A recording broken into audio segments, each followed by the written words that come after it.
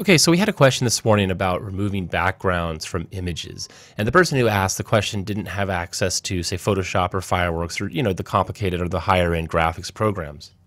So I wanted to show you how you could use an online program called Aviary to remove images that have solid colored backgrounds like this image, and a little bit of a shadow over here for the gradient shadow. Aviary's tools will actually be great for tackling an image like this. So let me go ahead and just jump over to Aviary. And the first thing you want to do is click the Create button, and we want to launch the image editor. And your choices from here are to start from scratch or load an existing file. We already have the image that we saved from the forums, so we'll click that. Browse to the desktop. I think it's a PNG file. There it is. And then upload. All right, so here's our image. First thing to notice is the image is placed on its own layer above a transparent layer. So if I turn off the visibility right here, you can see the checkers. That indicates that it's a transparent background. So the tool that we want to select is the Magic Wand tool. Magic Wand tool is right over here. Starts off with a default tolerance of 32. That might be a little bit high, but we'll go ahead and start with that since that's the default setting. Now essentially the Magic Wand tool is going to look for similarly colored pixels, right? Well, this whole background right here is white, so that's going to give me a similar color. So I just click once. And I don't know if you can see it, but you see these little marching ants with these flashing dots. That means this area has been selected. But I noticed that I have it selected over here on the left, but it didn't select it over here on the right. And that's probably because the top of her head is at the very top of this image, so it wasn't able to keep that selection going. But I can now click the delete key. Actually, let me make sure. Yep, that's there. So click delete key, and look at that. The images are now, that background's been deleted. Come over here once and click delete. And I'm going to zoom out a little bit and scroll down. See, I thought that was going to happen, so check this out, right? So we have a 32 tolerance, but look what it did. That tolerance was so strong that it actually went over here and selected part of the book. Come down. You see that? And move that over.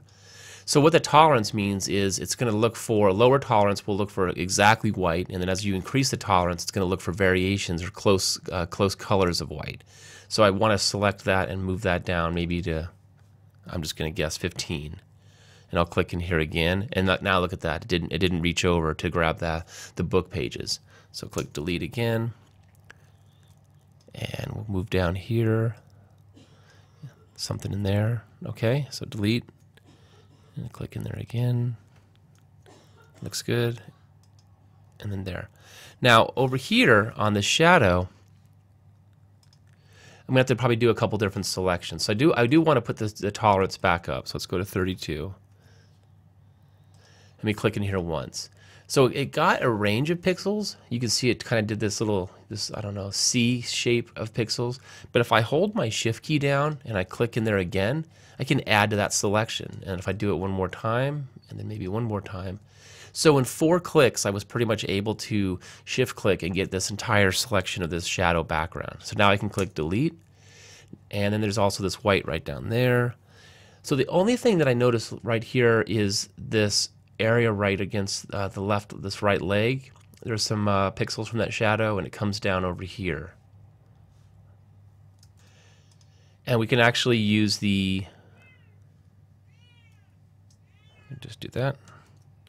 Use the Polygonal Lasso tool, which is over here, to make those straight selections. And this is a really great tool for this. So let me click once and show you how this one works. I click once, and it basically extends out this straight line and asks me where to put the next point. So you do this one by just clicking a series of points. So I can make a straight line down there, bring this over, and then up, and there we go. And that's all selected. So look at that. I think we have pretty good selection. Didn't take too long. Remove the background. Now we're ready to either save or export.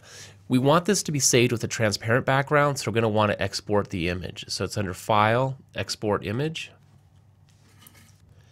And we're actually asked to do this. Okay, so we want to select it as a PNG file, click Generate Image, and now we're ready to click Download. And I can go ahead and call this maybe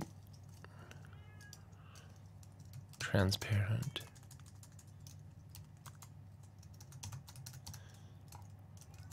Transparent Lego, and save. And that's all there is to it. It's a nice little tool. It's online, it's free, and it really makes selecting simple backgrounds pretty easy.